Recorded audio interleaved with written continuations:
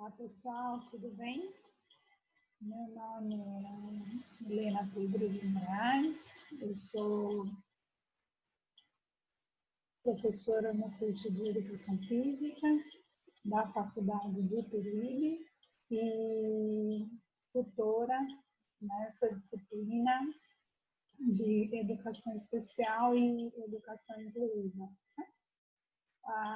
Hoje eu vou apresentar para vocês, então, a aula de revisão para avaliação N2. Tá? Então, eu vou compartilhar minha tela aqui no computador para apresentar a aula para vocês. Então, esse material ele está disponível no portal para vocês no formato em PDF também, tá? E nós vamos falar um pouquinho sobre alguns tópicos essenciais sobre a avaliação. Esse material ele foi montado conforme o livro de texto que vocês têm na disciplina de Educação Especial e Educação Inclusiva. Tá? Então, esse material ele é continuidade do material que foi trabalhado na aula de revisão da avaliação N1. Tá? Então, nós vamos começar a nossa aula falando um pouquinho sobre as altas habilidades e a superdotação com relação às práticas escolares. É super importante entender que quando a gente fala de altas habilidades, superdotação, nós temos características diferenciadas com relação às características da deficiência intelectual ou do transtorno do espectro autista ou da deficiência física ou da deficiência visual com relação às adaptações que são necessárias. Por quê? Uma pessoa que tem altas habilidades e superdotação não é um estudante que tem dificuldade de aprendizagem com relação ao caráter conteudista, né? Então, com relação a determinada disciplina. Mas é um estudante que necessita de adaptação porque, apesar de ter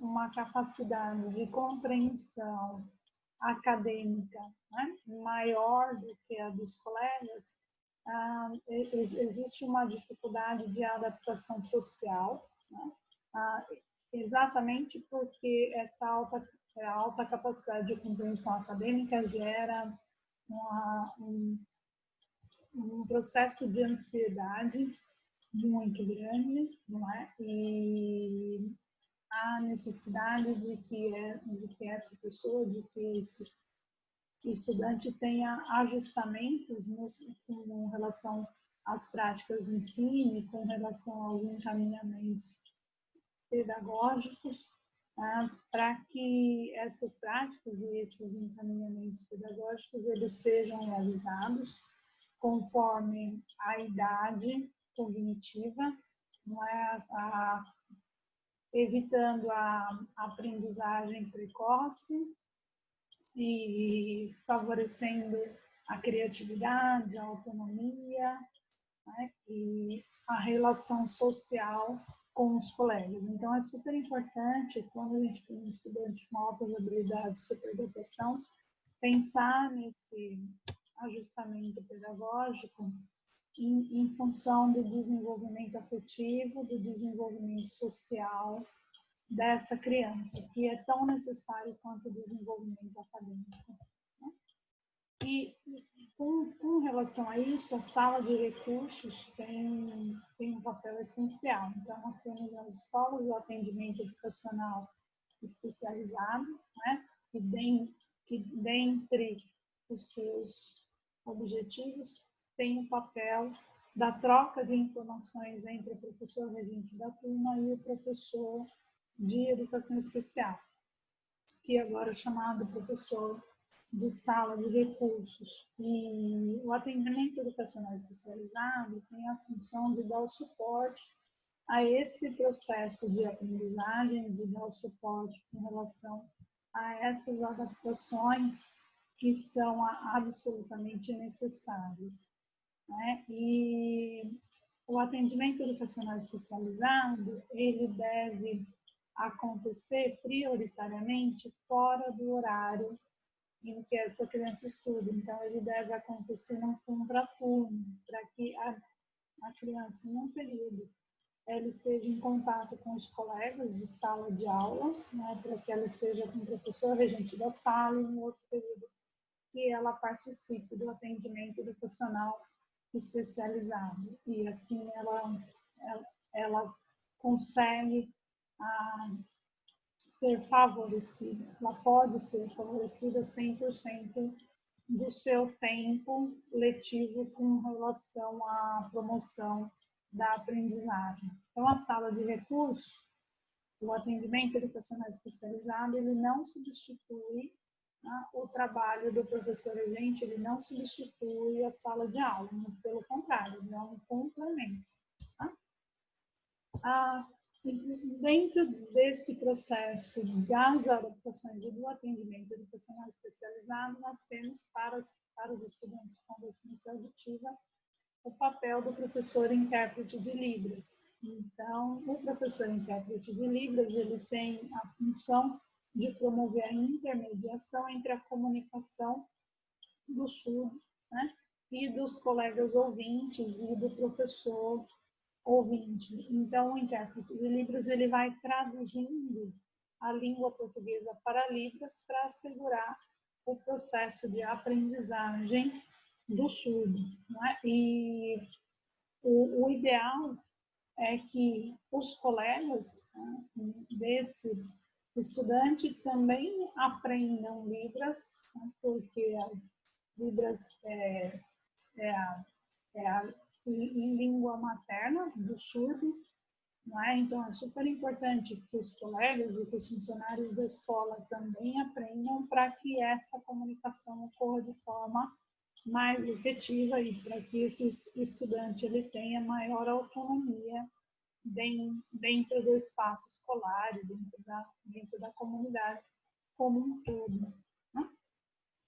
Para as pessoas com deficiência física, nós temos a questão da acessibilidade arquitetônica, que é muito importante, deve ser observado. Então, a acessibilidade arquitetônica, ela se refere à redução de barreiras que podem interferir negativamente na trajetória e no acesso dos alunos com relação ao ambiente escolar, estrutura física do ambiente escolar. Então, o uso de rampa, o uso de corrimão, né, os banheiros adaptados, os locais de sala de aula adaptados. Então, todo o espaço escolar, todo o ambiente escolar deve ser adaptado para eliminar essas barreiras. É importante pensar que a acessibilidade arquitetônica não é só para a pessoa com deficiência física ou com deficiência visual, ela deve ser pensada para todos os alunos,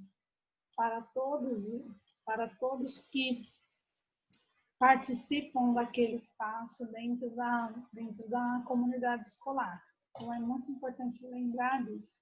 Quando a gente fala em acessibilidade, eu estou falando de todas as pessoas. Tá? Eu estou entendendo o processo inclusivo de uma forma ampla. Não é?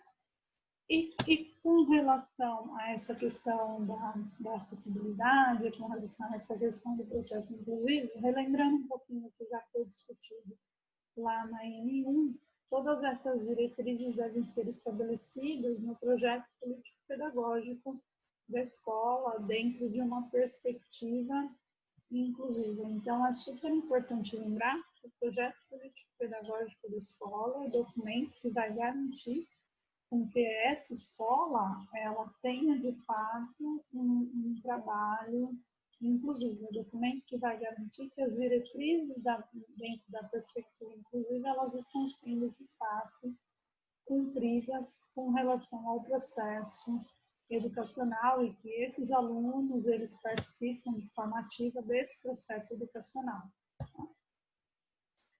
Ainda com relação ao projeto político-pedagógico, é a partir da organização do projeto político-pedagógico que se garante as práticas inclusivas, que se garante as adaptações que são necessárias. Lembrando que essas práticas inclusivas, elas demandam uma mudança de comportamento, não é? Então, com relação à comunicação, eu vou me comunicar com o aluno de uma forma que esse aluno ele possa compreender a linguagem que está sendo utilizada. Então, eu vou mediar esse processo de aprendizagem, eu vou potencializar esse processo de aprendizagem. Então, o foco, quando se pensa na prática inclusiva, é de favorecer o processo de aprendizagem, não de reforçar algo que já é limitante em função de uma determinada característica clínica consequente da deficiência. Muito pelo contrário, de fortalecimento, de potencialidade. Né? Então, com relação a tudo isso, quais são os objetivos da educação inclusiva? Então, a educação inclusiva, ela tem como objetivo, né, trazer o processo de ensino e garantir o direito de aprendizagem para todas as pessoas. Né? E tendo esses processos adaptados conforme a necessidade de cada um. Lógico que existem muitos desafios, que existem muitos conflitos a serem enfrentados pelos professores, com relação a esse atendimento e com relação à garantia do direito de aprendizagem, mas quando se fala em educação inclusiva, nós estamos pensando no reconhecimento das diferenças e das necessidades, estamos pensando na valorização da participação. Então, voltando um pouquinho lá na ideia do projeto político-pedagógico, é a partir do projeto político-pedagógico que se tem, de fato, uma prática inclusiva e que se consegue avaliar, né, se a escola está cumprindo, de fato, com esses objetivos e se essa escola é uma escola que atende a todas as necessidades ou a cada uma das necessidades dessa comunidade escolar de forma inclusiva. Né? E isso vai implicar nas adaptações curriculares. Então, como que eu atendo a essas necessidades? Né? Esse atendimento, ele se inicia na identificação das adaptações curriculares que devem ser feitas. E essa identificação, ela precisa partir de um trabalho individualizado, de um trabalho diversificado, com estratégias de ensino e recursos diferenciados que atendam à necessidade de cada um dos alunos, potencializando a aprendizagem. Então, quais são as perspectivas dessa educação inclusiva, pensando com relação ao projeto político-pedagógico? Lembrando que, assim, não basta assegurar que eu tenho uma educação inclusiva se isso não é articulado, né, com a família, se isso não é articulado com o setor de assistência social, se isso não é articulado entre os professores regentes de sala de aula e o professor do atendimento educacional especializado. Essas ações, para que elas sejam inclusivas de fato, elas precisam ser articuladas. É como uma engrenagem, uma ação funciona, né, movimentando outra. Então, eu preciso, através lá do projeto político-pedagógico, né, que esse projeto ele expresse os interesses da coletividade, da comunidade escolar, que as dimensões escolares, pedagógicas, administrativas e financeiras estejam voltadas a essa perspectiva inclusiva, porque eu preciso da aquisição de recursos, né? E eu preciso que a comunidade escolar esteja envolvida nesse processo.